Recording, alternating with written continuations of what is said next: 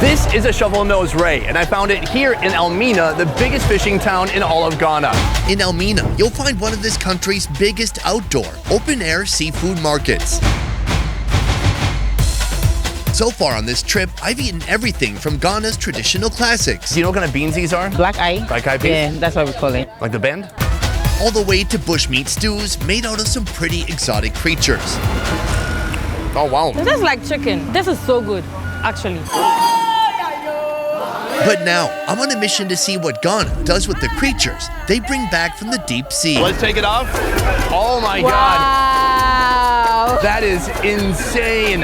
And by the end of this video, we'll witness some of Africa's most impressive fish smoking factories. How long does it take to smoke a whole tuna? But first, we're headed to the market. Welcome to Elmina Fish Market. This place is wild, busy, bustling, and frenetic. It is chaotic, but there's a system here somewhere that the locals understand.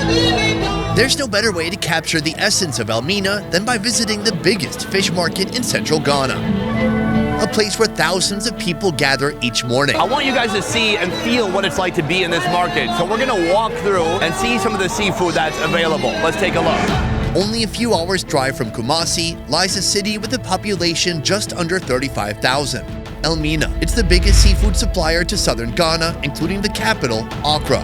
It is insanely crowded and packed here. Come take a look at this monster here. This looks like a giant pomfret, but I'm not exactly sure. The tough part here is if you ask for the name, people will give you the local name, but it's hard to figure out what the English name is. Take a look at this. The local name is the Cassava fish. How much is this fish? That's about $75. It seems slightly expensive, but it is a huge fish.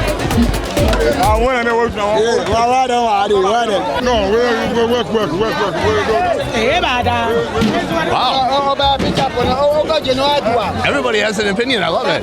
When a small percentage of folks in Ghana produce most of the meat eaten in the country, well, it's pretty serious business. That is a giant yellowfin tuna. This thing must weigh 150 pounds. Oh, look, she covered it up. Now we can't see it. Though I've not brought it up until now, it's not been uncommon to experience something like this during our visit to Ghana. The fish is wearing a hat. Why would the fish wear a hat? I don't understand. Temperamental sellers, mercurial merchants, and folks who are willing to fight if you point a camera in their direction. That's what happened to us, and you'll see it by the end of this video. On this side of the market, you can see all the boats have come in. They're manned with 10 to 20 guys. They fish whatever they catch, they bring back here, and they offload it to the market. So there is a system here somewhere. Right now, I'm teaming up with a local food YouTuber to tell me more about how this place works. Let's go. Teaming up with me today, Tatiana. Hello. We'll learn more about her later. How are you feeling this morning? I'm energetic. It's hard not to be in a place like this. I just did a little mini tour, and they were like, if you're not buying food, Just leave it. and then if you're filming my food, you better give my food a talent fee, or I'm gonna put a hat on my fish. Of course, we need money all the time. We all do. It's understandable. The market activates as early as 5 a.m. when fishermen begin returning after a long day's work or even a long week at sea, where fishermen hope to catch anything that swims. The fishermen, are they selling to other sellers? Yes, the fisherman will give you the price, his price. If you are good with bargaining, you get lower price. So it's all about walking around and negotiating. Here, you'll find everything from popular species like snapper, tuna, and squid, to the more exotic creatures you'd never spot at the freezer section of a Costco. Think needlefish, hammerhead shark, and even this. This is a shovel-nosed ray, and you're also selling what looks to be a bunch of spotted stingrays. Why are you exclusively in the ray business?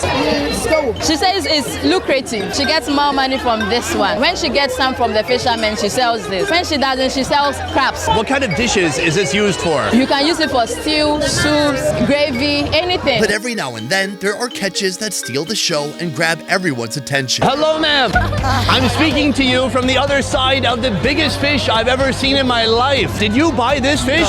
Yes. Can we reveal it? Yes, you can. Let's take it off. Oh my God. Wow. So it's a giant swordfish. How much do you think this weighs? 20 kilo. Here's the price. They don't scale it. They sell it with how long and big it is. So how much would you sell it for? 10,000 cedis. That seems like a pretty good value. I think so. Thank you so much for showing me this. I think it's a little bit more than we need today. Yes.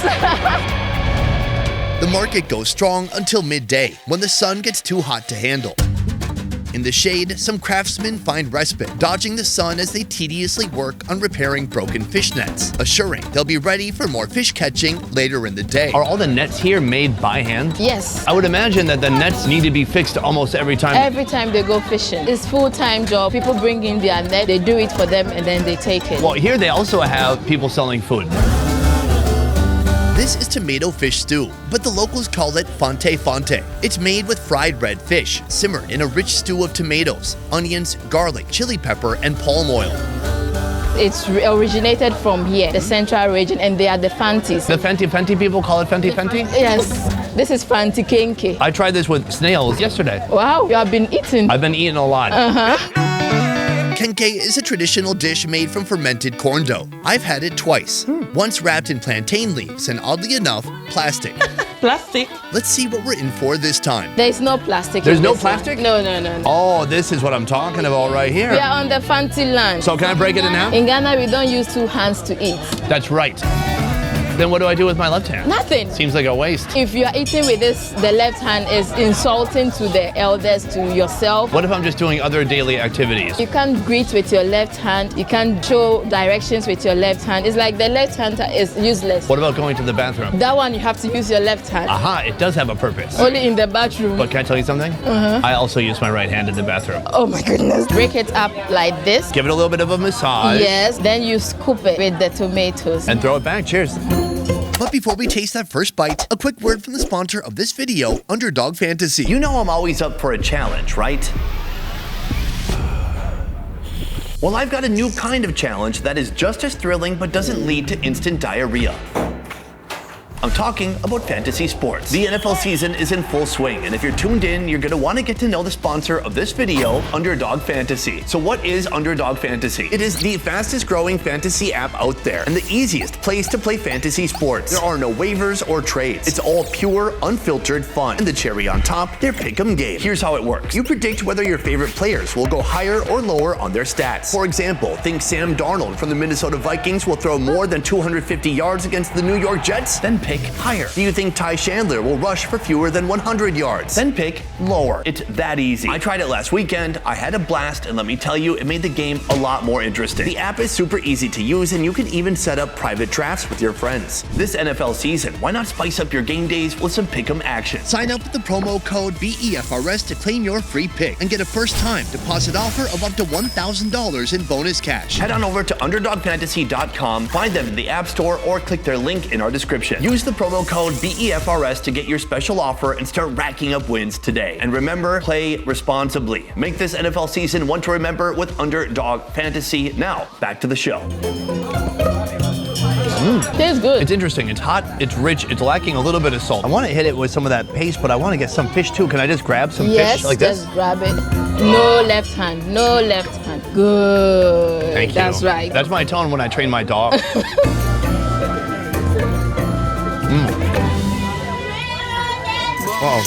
I gotta say, the fish is actually quite nice. You do have to be careful to dodge the bones. Very careful. And this is a fresh fish, right? From the sea. I don't mean freshwater fish. I mean a fish that it's not been smoked. No. And so one of our missions today is to see this epic traditional way of preserving fish here, and that is by smoking.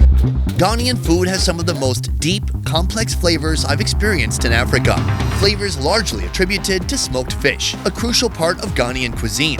Smoking also extends the fish's shelf life and makes it easier to transport. But the way that folks here in Elmina smoke the fish is something magical. With fish piling up at the market and with the lack of refrigeration, savvy fish smokers bargain for the best bulk buys, then head back to fire up their outdoor open-air smokers. This is a job done by women, and it starts with water and a spark. First, the fish are soaked in water to clean them. At the same time, fires are lit under several brick ovens, stoking the flame, increasing the wafts of smoke set to penetrate a variety of seafood offerings. They have small baitfish, hakefish with their mouths fixed to their own tails, and mighty tuna, gutted and propped up on grates for hours and hours. In the meantime, Tatiana and I will see how these tiny smoked baitfish are transformed into Ghanaian chili oil, an incredibly savory flavoring agent known as Shito. And you're gonna see it soon. Shito. We're trying not to get demonetized here. It's S-H-I-T-O. Yes. The O is very important.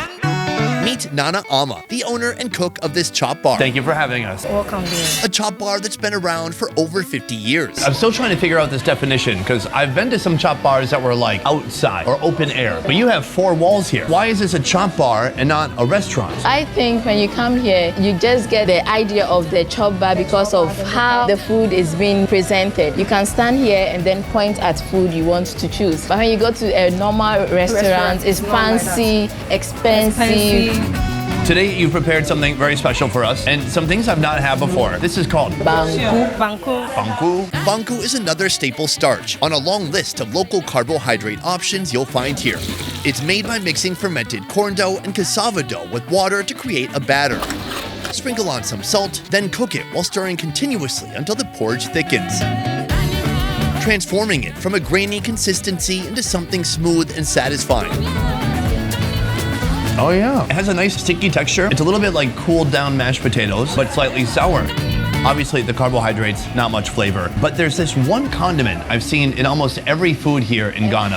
Shito is the premier flavor-enhancing hot sauce of Ghana. This chop bar makes it by blending together onions, ginger, green habanero peppers, and garlic, plus a splash of water to help smooth things out. It's almost like Ghanaian chili sauce. Yes. People here call it a pepper sauce. For us, we just say Shito.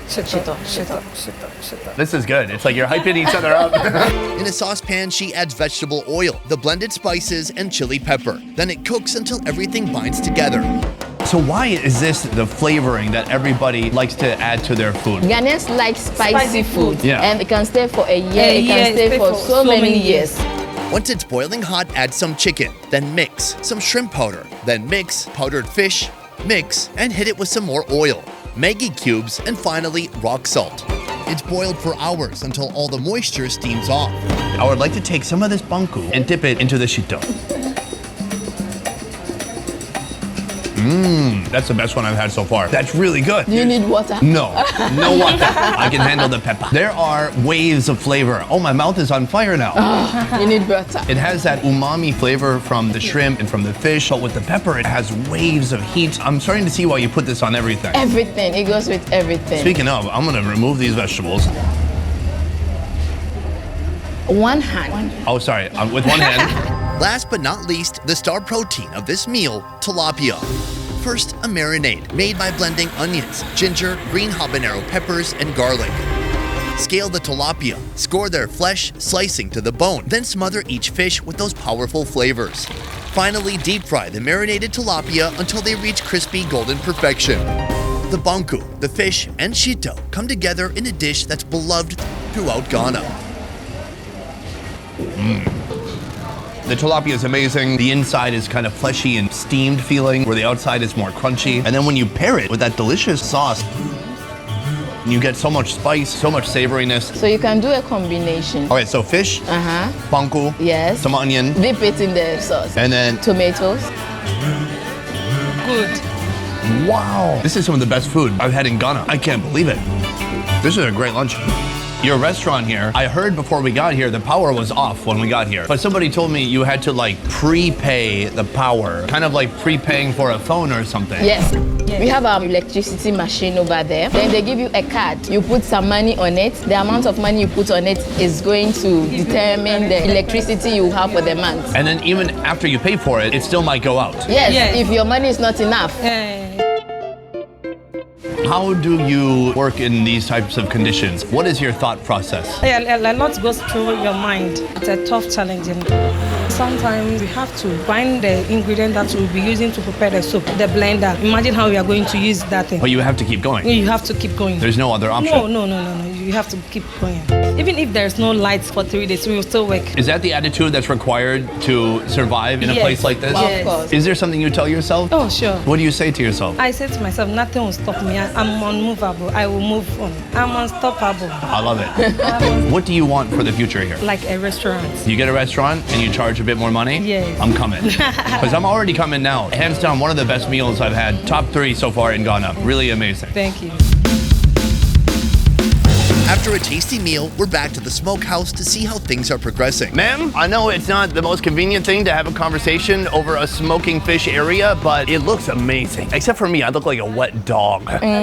From a young age, Mary learned the art of fish smokery from her mother. Now her expert hands oversee the process day in and day out. For some of these fish, like these smaller fish, how long will they stay good after being smoked? Good, fresh. Okay, it can stay for like a year. Oh, really? Yes. It can take anywhere from 1 to 3 days for the fish to finish smoking. It all depends on their size. It's not really done. The water has to drain. Is there something finished here that I could try? Yes, this Thank you. one is done. This one is redfish. We had that this morning. So this is the smoked version of that. I'm gonna try to rip off a little fillet here. That looks nice.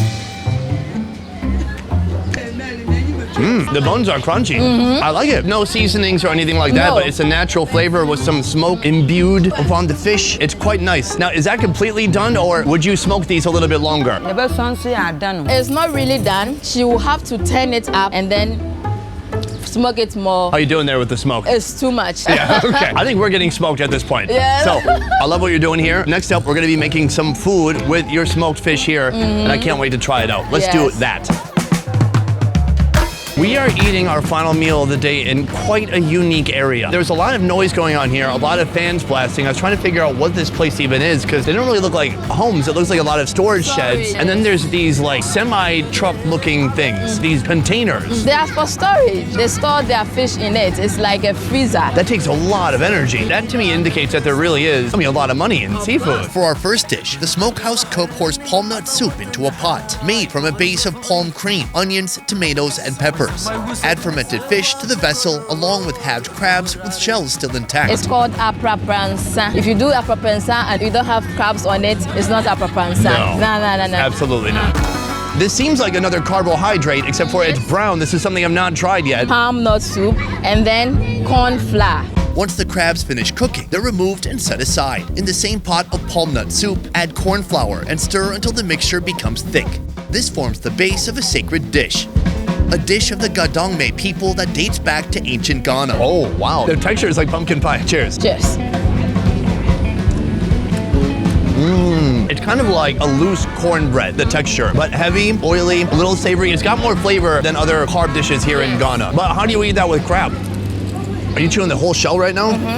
Why are you using 2 hands? 1. Thank you for staying on me about that. Oh yeah, that works. You chew it and you eat it? Some people swallow it, but I throw it away. This crab is full of flavor. This is much more delicious than I expected. It's full of savory flavors, tons of spices. That's really good. They spice it with ginger, garlic, onion, and some pepper. I swallowed it. Great. Yeah, thank you. This is a coastal city, but so is Accra. What do you think really separates this place from Accra? When you come to Elmina, you get that vibe of the slavery because everything started from here. We have Elmina Castle where we had the Portuguese come to slave our forefathers. So when you come here, it's very historical. Even though in Accra, there were some other castles over there, but here is the main place everything started in West Africa. So this place is steeped in history. Very deep. Do you see that with the food too? Yes, of course. We grew up eating this kind of foods and it's defined us. The fish is like the main job for the people of Elmina to cater for their family and so on. For our second dish, we start by boiling cocoa yam leaves, green tomatoes, and habanero peppers. Once the heat turns them soft, these vegetables are ground into a paste.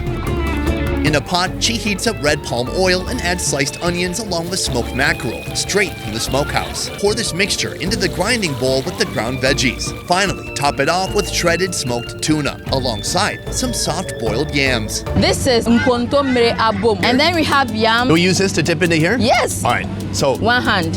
We are in Ghana. Good. Oh wow, this is kind of hard. It's not that soft actually. I want to start with the greens here. Oh, that's good. That's really good. Wow, it's such a blend. The veggies are really fresh, but it's heavy at the same time. This is one of my favorite things too. We're finishing strong. I'm gonna get a load of these greens on my yam. I've got smoked tuna. Cheers. The fish is dense and then it has so much flavor. It's so smoky and it pairs so beautifully with the green leaves. It's really wonderful. I think Ghana has been one of my favorite countries for African food. For sure. And I can see there's a lot of like culinary merit, complicated dishes, these iconic condiments that have withstood the test of time and that are found all over the country and adored by everybody. So much so that if it's not there, people feel like something's missing. Yes. Okay, what gives it, holy shit. They gonna make it through? It was in this moment that our camera swung back to catch a glimpse of an approaching three-wheel cart. The man in the orange vest jumped off the vehicle and approached my cameraman. Hey. David, tobo. On chow. Hey, ade. On chow. Eya monko on chow. No, on chow. I attempted to de-escalate. Forget them. They are trying to show off. Is it okay? It seems not okay. Yate. But moments later, they came back again. Hey. Can I talk to you? Can I talk to you? It's a misunderstanding. They cut us, so let's see. Can I buy you a beer? We forget about it. It's a mistake. How about After a while, they lose steam and head out. Hey, somebody just tried to fight us. What happened? Yes, I don't know what they want. Sure. What are the chances that he actually punches one of us? He can never do that. Just talk, right? Yes. Well, what are you gonna do? I wish I could say this was the first and only time we'd experienced hostility like this in Ghana, but it wasn't. That's what makes this a complicated place. When it comes to folks here, some are ready to scrap at the drop of a hat, while some have a heart so pure it almost makes your own heart ache. Whenever I'm filming outside my comfort zone, if you talk, I'll just tell you that I'm not taking any video of you, so just leave. Something people watching now may not know about you is actually you grew up most of your life not in Ghana. No. When you were 11, you moved to Italy, and you lived there most of your life. Oh, yes. Being outside of Ghana for so long, then coming back, what is it that stands out about Ghana that you love so much? Me being a content creator, I like to showcase what I didn't get growing up. So me coming here made me understand first my language well, second the people around, and then thirdly the food. For me, Ghana is a fascinating place. I would say this country is not for the weak. No, not at all. With that said, I'm extremely grateful, and this was an extremely delicious meal, so I'm glad I could share it with you. Thank you. Thank you too. Hungry for more fun food videos? Join me at more Best Ever Food Review Show, a channel that's unfiltered, raw, half the quality, and twice the fun. Could you walk away and come back? Oh, look, the server. Subscribe now and you probably won't regret it. He's like, stop it, stop. And then you're like, hold on, I'm getting focused. This is much more delicious than I expected. Sorry, I said delicious, like Mike Tyson. We use cocoyam leaves to do it. And then these leaves are poisonous when not cooked. Right. Yes. I don't know any man that would go out that way. I'm not gonna eat a suicide salad. How'd Sonny kill himself? He ate a salad. That just doesn't, I'd rather go out like Kurt Cobain. Boom, guys, that is the end of video 5 and the end of our series here in Ghana. I want to say a huge thank you to all of the hosts and people involved, including the local production team, everybody who made this trip happen. And today, a very special thanks to Tatiana next to me. Shake that hand. You're welcome. What'd you think of today? It was great. I loved today. This was a wild day. We got to see so many sides of Ghana, try so many foods, and I wouldn't have traded it for anything. Maybe like a stuffed crust pizza. You can follow Tatiana on her YouTube channel right here. Follow her fun food adventures in Ghana, Africa, and beyond. Anyways, guys, that is it for this series and this video. Thank you so much for watching. I will see you next time. Peace. All right. Can we go find those guys and beat them up? I think I could take on 3 guys with 6 packs. We are in their town. We are in their town. We can't do that.